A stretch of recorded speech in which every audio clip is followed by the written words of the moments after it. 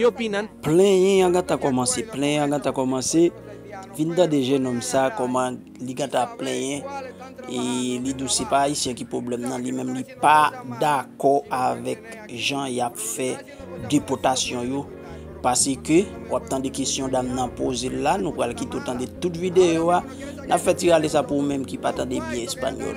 Monsieur dit parce que c'est haïtien yo qui acheté parce que cob pan yo même yo fait cob pa yo c'est pour yo boire. C'est pour yo boire pour yo sous pour service mais haïtien yo même cob yo c'est manger pas gain la vente depuis jour déportation a commencé ya bagay yo pas vendre ou regarder et tout bagay yo à terre yo pas ka vendre parce que c'est haïtien qui pour faire yo vendre. Michel est plus loin pour dire yo pas aucun problème si y a déporté moun qui pas travailler mais si là yo qui a travail qui pas venir faire ça qui mal yo ta doit quitter yo. Et bien on suivre ensemble. Pas oublier abonner avec la chaîne, partager vidéo pour capable aider nous arriver plus loin. Et bien nous pourrons faire vivre une autre vidéo encore dans notre Montedia nos côté qui une organisation qui d'accord pour bâtir une caille pour et pas une grande caille non pour bâtir comme si t'as une zone pour plusieurs haïtiens. Dominique Campeo dit ça pas faire.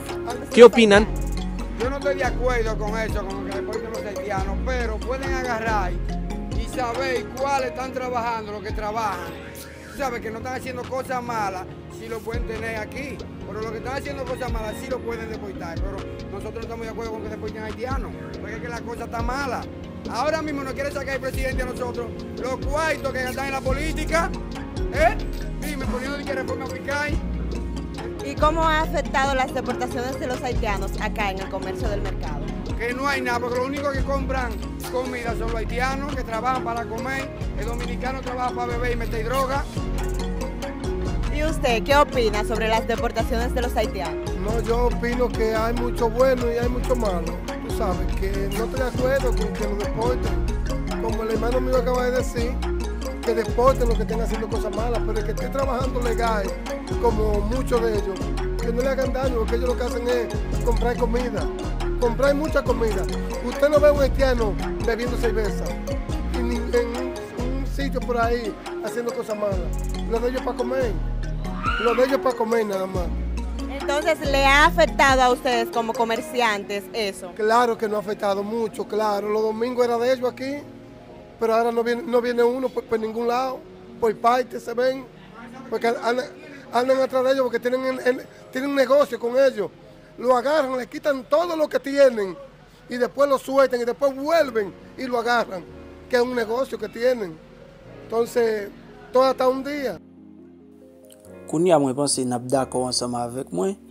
L'aime dit nous que c'est pas République dominicaine qui problème haïtien. Mais problème haïtien, c'est gouvernement haïtien.